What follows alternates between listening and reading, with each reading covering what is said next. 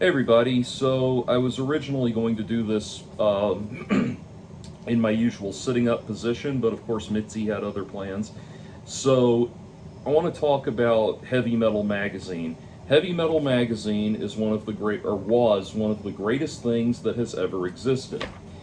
We're going to talk about all of that because the editors, the new editorial board of Heavy Metal Magazine, the people who are bringing it back, it went out of business and they're bringing it back. They want to know where did we go wrong? What do we need to do differently? I'm going to spell out the incredibly, I'm going to spell out the incredibly obvious for them in a moment. But first, I want to talk about my Patreon that I have relaunched recently. This is the first time I've done professional YouTubing in a long time, and I'm doing it because I recently had some unexpected financial setbacks, and namely that I have to get my teeth worked on and I had to get my car worked on. And so I'm doing this to try to help bring in additional income so that I don't have to get a third job. But anyway, I don't have any illusions about being a bread tuber or anything like that, or a major bread tuber. I just like to bring in a little bit of additional income to have some to take care of this, and then have a little bit more financial stability to deal with these kinds of things when they arise in the future. So I'm going for my ultimate goal is to get to between $800 and $1,000 a month, and I'm gonna have a lot of cool stuff coming in: new music, new stories, video essays, that kind of thing. And the first one of those I'm about to announce very soon. It'll be up by the end of the month. So anyway, I think it'll be a lot of fun. And if everyone, like I said, if everyone who sees this video put in $1 or $2, I'd be at my goal immediately. So thank you for that. If you want to support the channel, I really appreciate it. Anyway, so let's talk about Heavy Metal Magazine. They want to know why heavy metal went out of business, and or what led to the sudden decline in readership. Why did people lose interest in recent years, and what do they need to do differently? Okay, let me show you something. This is summer 2007. All right, you see that? This is September 2006. You see that? This is July 2005. This is, oh, this is the sci-fi special issue. I don't know what year. This is May 2004. This is fall of 2005. This is summer of 2006. Now, work with me here, people. What is the one unifying factor in all of these covers? That's right. They all have beautiful, mostly naked pinup women on them in various states of science fiction and fantasy context. Okay? I believe if you do a analysis, an XY analysis of two very crucial factors, you will find that your readership declined when you stopped putting beautiful pinup women on the cover. Now, that's not the only reason, but there's a direct correlation between the time that stopped happening and the time when that stopped happening and the time when your readership tanked. Now, don't get me wrong, I know heavy metal had been having trouble for years. I get that. I know Kevin Eastman sold it off, I believe, at a loss. But anyway, I know you'd been having trouble, but the thing that tanked you, the thing that ruined it, was when you took the gorgeous pinup babes off the cover, and you stopped giving us, the readership, what we wanted. And I'll tell you what I loved about heavy metal. I started reading Heavy Metal Magazine when I was a teenager. I discovered it in the magazine racks at Uncle Buck's Records in Oxford, Mississippi. And I was this was pre-internet porn. It was in the early years of internet porn, I guess I should say, but it was pre what we had instant access, what we have now, and it was pre streaming. It was back when um, there was still thriving variety in the cinemas of different genres and different styles of filmmaking and all of that. It was not just one asinine superhero movie after another. Back in those days, I pick up this magazine, and this magazine is combining my two favorite things in the world as a teenager: amazing science fiction fantasy stories and beautiful naked women.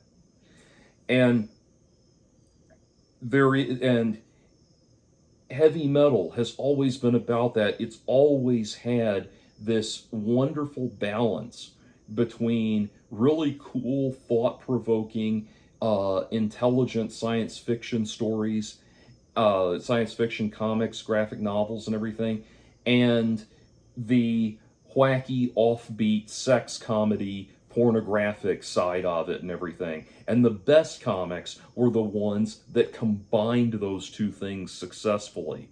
I mean, think about it. My favorite recurring heavy metal artist was Serpieri.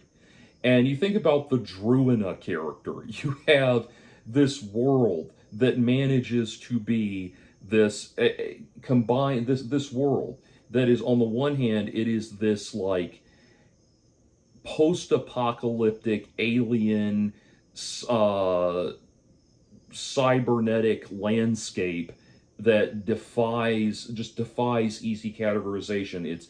It's dark and surreal and bleak, and it's equal parts H.R. Geiger and Beksinski, this amazing world that he's created.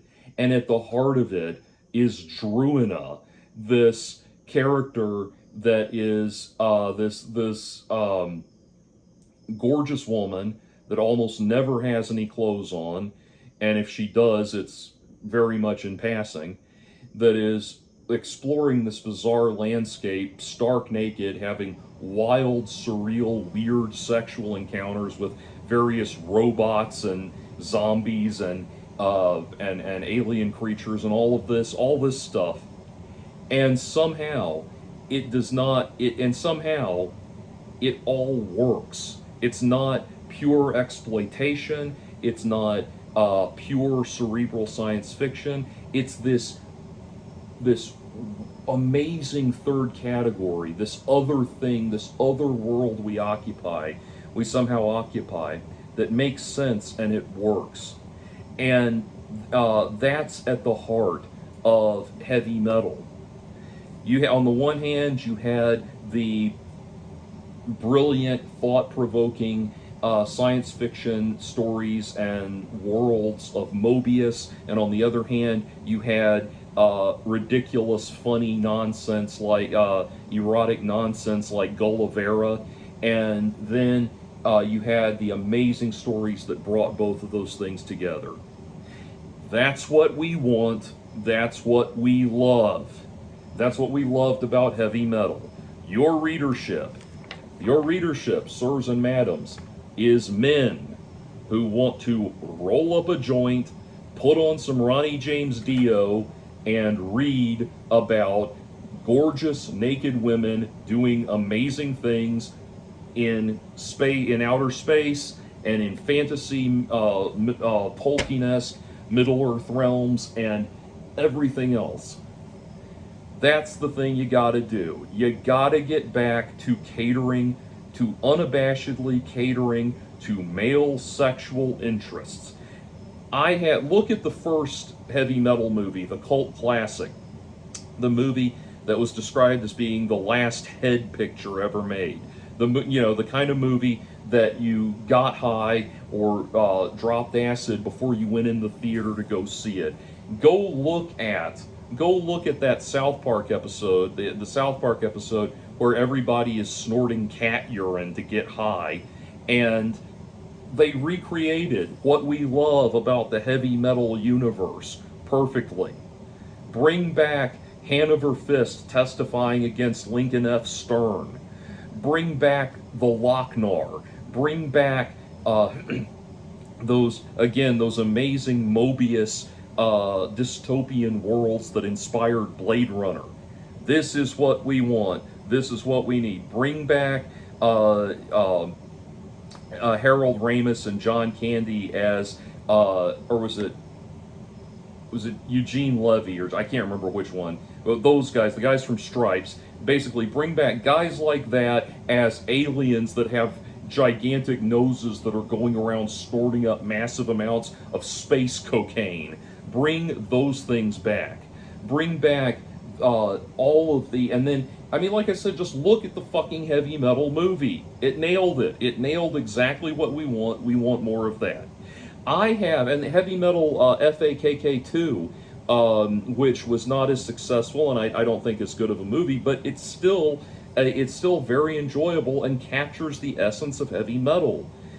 It captures it perfectly. I mentioned that I discovered that magazine when I was living in Oxford, Mississippi. When I moved out of Oxford, Mississippi, a bunch of my friends had a party for me, and one of my friends, as a going away present, gave me the soundtrack to heavy metal FAKK2.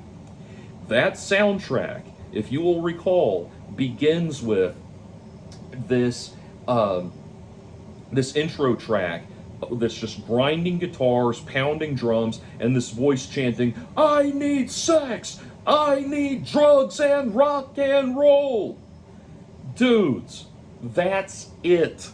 That's what we wanted. And when you stopped doing that, when you stopped providing those amazing, fascinating thrills to people, to your reader base, what did you replace it with? You replaced it with these kind of whiny, wormy, emaciated little stories that were clearly written by, for, and about sexually repressed female nerds. You literally shut down giving us exactly what we want. And look, I know when you decided you were going to start catering to that demographic, to the purple-haired malcontent demographic, I am sure there was some editorial decision that was reached. There was some meeting of the editorial board that was reached where they said, we're going to expand. We're going to stop catering to lowbrow male sexual desires and stories that reinforce a colonialist expansionist narrative of blah blah blah, or something like that. You probably had one of those conversations, and when you were sold on the idea to go down that road, you said, this is gonna make the stories better. This will make the stories better. It'll make it more interesting. This is what people want. Stories that cater flagrantly to straight male sexual satisfaction are something that, despite being popular for the last, the entirety of the human race, in the last 10 years we all decided is taboo and pathetic and stupid and disgusting, and we have to get with the times which are about celebrating every single other concept of sexuality except the desires of heterosexual men. We're going to embrace this and somehow retain our original audience of heterosexual, hypersexual male nerds, our original fan base that built this magazine, that kept it going for decades, all of that stuff. We're going to somehow retain them by completely tossing out everything they enjoy. We're going to get rid of the intergalactic pinup girls on the covers. We're going to get rid of all of the, we're going to get rid of Serpieri and Druina and Mobius and Gulliver and all that great stuff that the guys loved. We're going to get rid of all that shit. We're going to get rid of every single last bit of it, and we're going to replace it with nothing but unfunny Daria in space. That's what we're going to replace it with. And all of our legions of fans that built up this magazine into the cult classic icon that it is, they're all going to love it and stick with it.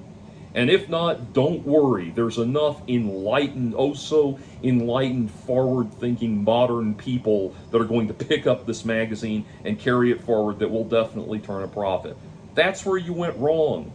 And look, I know we finally reached the sex negative event horizon, where people just bristle at the idea of anything that is heteronormative. They bristle at the idea of we're just naturally expected to bristle at the idea of anything heterosexual sexy, while all pretending that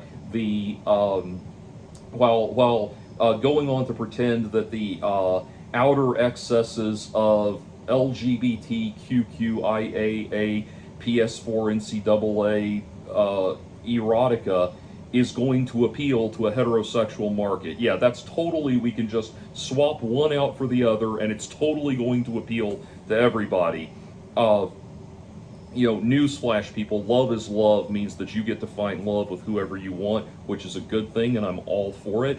It does not mean that the people who prefer one type of sex and romance can have a type they're not interested in swapped out in their literature and in their entertainment and in their comics and all of that, and they're going to enjoy it just as much. No, sorry, it doesn't work like that. And don't worry, there is no shortage. If you are feeling like I am somehow shortchanging you, if you are someone from one of the demographics that I'm saying that this magazine should not cater to, don't worry. This magazine, you don't need this magazine to cater to you. There is no shortage of, if you want to have, trust me, if you want to have unfunny Daria in space, there are plenty of people who are already putting that shit out. There are people who are trying that stuff.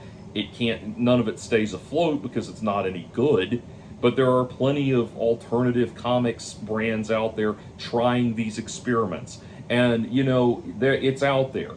Trust me, you can find stuff. And for the LGBTQIAA, etc. people, you don't need this either. Trust me, there is no shortage of gay erotica out there.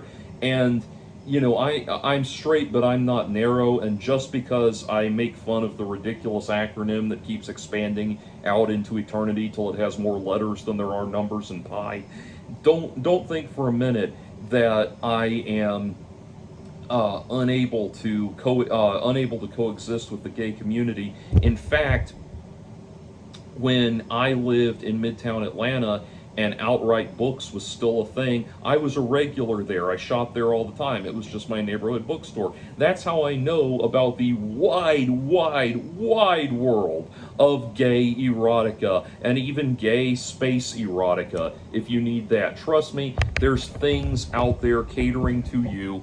I'm sorry, I have to plug this in. Anyway, there's my feet. There's things out there, God damn it. There's things out there catering to you. You don't have to barge in on the stuff that's catering to heterosexual, male sexual interests. All right? So that's it. That's it. Very simply. Very, very simply. That is it. You do not need to literally give your actual audience what they want. Fuck, go look at. There's a Facebook forum I follow that's an independent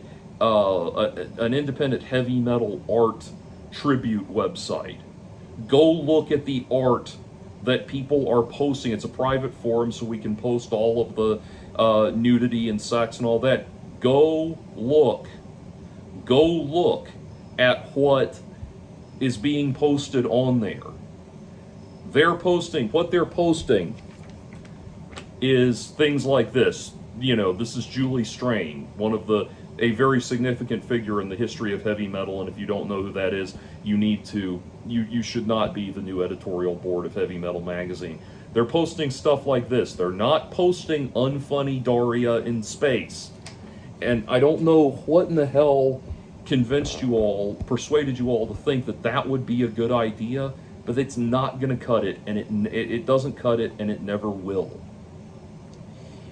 And quite frankly, all of these things, we hear so many things. We've been trying this experiment for about a decade now, where we take something everybody was enjoying and we dump a bunch of this crap into it, and all of a sudden it's not any good anymore and everybody hates it, and we get told that the reason we don't like it is because we're a bunch of racist, misogynistic homophobes that want women to be raped and babies to starve in the streets. And it's always because we, the viewership, are a bunch of horrible, terrible, no good, very bad people, not because you just dumped a bunch of crap nobody wanted into it and it felt preachy and annoying. There is a very simple phrase we all know now. Fill in the gaps. Get, go. We've heard it now. Now, you're going to say, well, that's not always the case. There are these successful things these successful things that come out, like the Barbie movie or that kind of thing, that are incredibly woke and they do massive numbers and make shit tons of money. Hello, that's because it's Barbie. If that movie was even slightly watchable, it was going to do a gazillion dollars in the theater. Trust me, you can still tank Barbie. But yeah, of course that was going to do well. But over and over, look at what it's done to the Marvel franchise. Look what it's doing to Star Wars.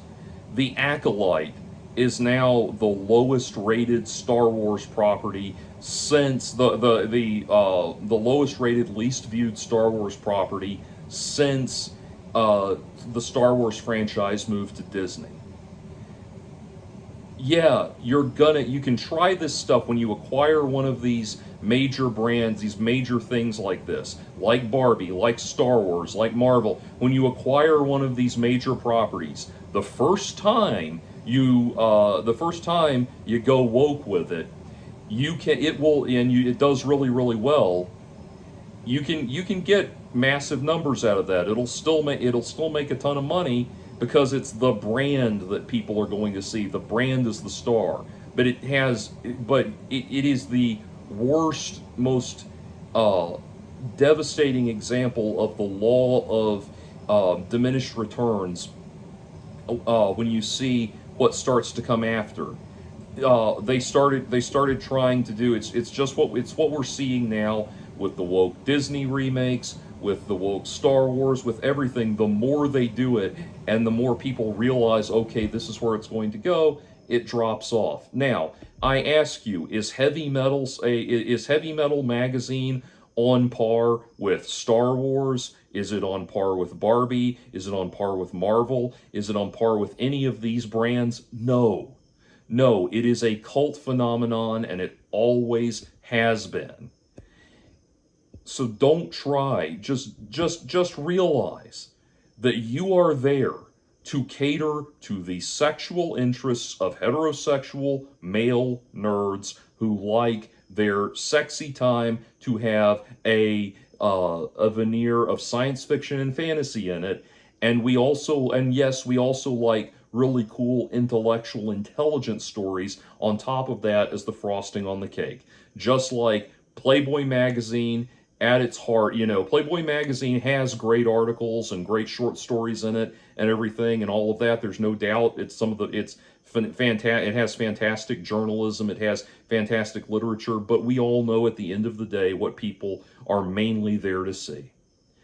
And you guys are supposed to be the science fiction comic book equivalent of that. Do get back to that.